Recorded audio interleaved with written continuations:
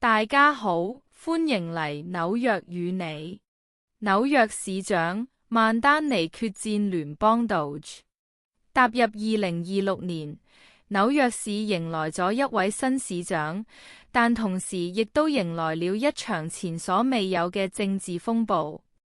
一邊係我哋新上任、自稱民主社會主義者嘅市長曼丹尼，佢主張要幫打工仔、向富人開刀。另一邊廂係由特朗普總統成立、交俾科技狂人 Elon Musk 揸旗嘅聯邦政府效率部，簡稱 DOE。佢哋嘅目標好明確，要對聯邦政府進行大手術，削減開支，講求效率。當主張大政府、高福利嘅紐約市長遇上主張小政府、大削減嘅聯邦部門，呢場火星撞地球嘅大戰，最後受苦嘅會唔會係我哋班紐約市民？今日就同大家拆解下呢場世紀對決。曼丹尼的困局，120億的爛攤子。首先，我哋睇下新市長面對緊咩爛攤子。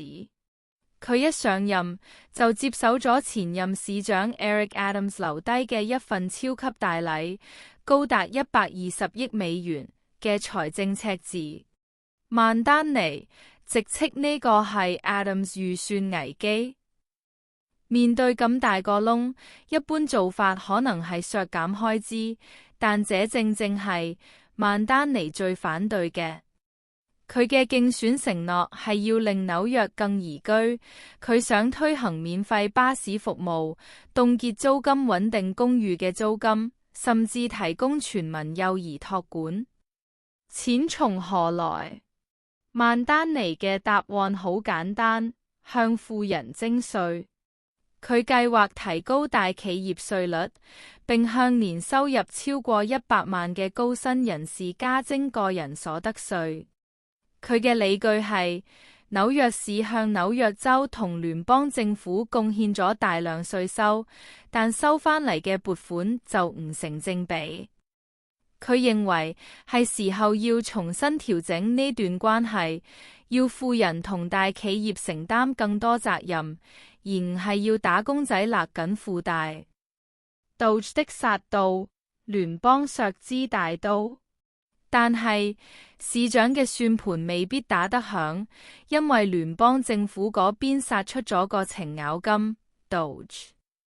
由 Elon Musk 領導嘅政府效率部，目標係要大刀闊斧咁削減聯邦政府嘅開支同官僚架構。Musk 甚至揚言要削減高達2萬億美元嘅聯邦預算。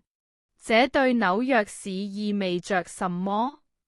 意味着聯邦俾紐約市嘅撥款隨時會大幅縮水。總統已經多次威脅要削減對庇護城市嘅資助，紐約市首當其衝。試諗下，如果聯邦政府削減對紐約市嘅住房、交通、醫療甚至公共安全嘅資助，曼丹尼仲點樣推行佢嘅免費巴士同凍租大計？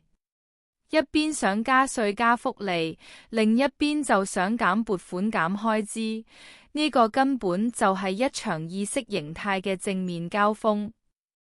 對你我的影響，福利定係稅單？講到呢度，大家可能覺得上面嘅事同我哋普通市民無關。錯啦，這場仗直接影響我哋每一個紐約人嘅生活同荷包。如果市長贏咗，成功加稅，咁大企業同高收入人士可能會面臨更高嘅稅單。有人擔心這會趕走商業投資，甚至令有錢人搬離紐約。但另一方面，基層市民可能會享受到凍結租金、免費交通等福利，生活壓力得以舒緩。如果Doge嘅削減政策佔上風，聯邦撥款減少，紐約市嘅財政黑洞只會更大。到時，市政府可能被迫要削減現有嘅服務，例如地鐵班次減少、學校資源削減，或者治安受到影響。最終埋單嘅，可能都係我哋班普通市民。結語：你支持邊一邊？呢場係一場關於紐約未來發展方向嘅豪賭。你覺得紐約市應該好似市長咁講，向富人徵稅嚟維持同擴展公共服務，定係應該配合聯邦 DOGE 嘅方向，大刀闊斧削減開支，提高效率？